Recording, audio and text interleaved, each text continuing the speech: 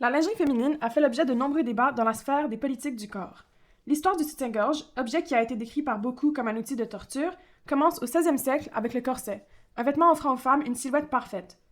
En 1889, la designer française Herminie Cadol coupe le corset en deux parties. Communarde anarchiste, Herminie tente par ceci de libérer le mouvement du corps de la femme de sa soumission aux vêtements et à la mode. Hélas, ce n'est qu'en 1918, avec la Première Guerre mondiale et la hausse en demande des métaux et la mobilisation des femmes dans le marché du travail, que la brassière a eu succès. Depuis, les brassières ont été influencées par la mode, la culture et les désirs sexuels de leur temps. Lorsqu'on pense à Victoria's Secret, on pense à des plumes, de la dentelle, des corsets, des cristaux et des top modèles super minces. Avec des collections de sous-vêtements comme Bombshell et Very Sexy, Victoria's Secret a créé une image de marque de sex sells. Cependant, l'image de cette marque n'a pas toujours été axée sur le sex appeal et dirigée vers les femmes. Victoria's Secret a été fondé en 1977 à San Francisco par Roy Raymond et sa femme. Ce dernier vise à créer un magasin où les hommes se sentiraient à l'aise pour acheter de la lingerie pour leur compagne sans avoir honte.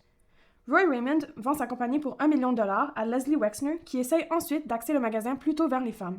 L Brand founder Les Wexner's accomplishments have been mere footnotes as we continue to learn more about his connection with convicted sex offender Jeffrey Epstein.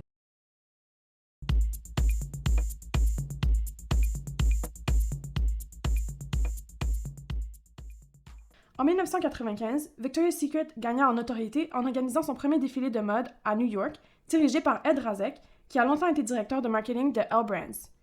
Ed est devenu l'une des personnes les plus importantes du monde du mannequinat et contribue à lancer les carrières de plusieurs mannequins emblématiques. Pendant ce temps, la marque lança aussi certains de ses produits les plus réussis et les plus vendus, dont le Bombshell. Le rembourrage de ce soutien-gorge ajoute 2 tailles de bonnet à votre poitrine, conçu spécialement pour booster la confiance des femmes et les faire sentir plus sexy et attirantes. Victoria's Secret est vite devenue la plus grande marque de lingerie féminine au monde, avec à son apogée un chiffre d'affaires annuel de 7,8 millions de dollars de ventes. Le premier catalogue des années 70, style victorien, a permis à Victoria's Secret de développer son service de commande et livraison, permettant de croître les ventes. Au début des années 80, le catalogue s'oriente vers un look plus doux et romantique avec des photos plus sensuelles et délicates qui mettent en valeur la beauté du corps féminin. Vers la fin des années 80, en parallèle avec le transfert vers une nouvelle organisation de la compagnie, on trouve beaucoup plus de photos d'hommes et des poses plus suggestives. Dès les années 90, on embarque les supermodèles qui deviennent la face reconnaissable de Victoria's Secret, une sorte de brand ambassadors. En effet, ces supermodèles vont, avec l'arrivée des réseaux sociaux, aider Victoria's Secret à propager son image et à augmenter ses ventes en ciblant les jeunes qui aspirent à leur ressembler. Victoria's Secret fournit aussi plusieurs modes d'achat pour subvenir aux préférences des clients. Ceci reflète la transition vers notre mode de vie connecté ainsi que notre mode de consommation. Cette dernière peaufine sa stratégie de marketing pour user d'outils contemporains du marketing tels que les courriels promotionnels dans lesquels les clients membres reçoivent des codes promo exclusifs, un outil de marketing qui a pour but de fidéliser les acheteurs, ce qui est typique d'une entreprise qui opère dans le mode économique capitaliste d'aujourd'hui. Porter du Victoria's Secret, c'est-à-dire être sexy, c'est-à-dire être séduisante et glamour. Pour le prouver, des brassières au prix allant jusqu'à 15 millions de dollars étaient portées par une Angel chaque année pendant leur show. Dans leur publicité pour la Bombshell, Victoria's Secret, la compagnie ne met pas beaucoup d'informations sur la brassière, mais plutôt met l'emphase sur le corps du modèle qui le porte. On ne peut nier l'influence des médias sur nous et sur nos choix quotidiens, ainsi que sur les normes de beauté irréalistes qu'on idéalise.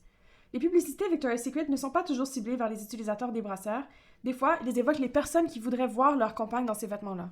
Autour des années 2010, Get Your Angel a Gift You'll Never Forget et One Gift a Thousand Fantasies étaient quelques-uns des slogans de Victoria's Secret.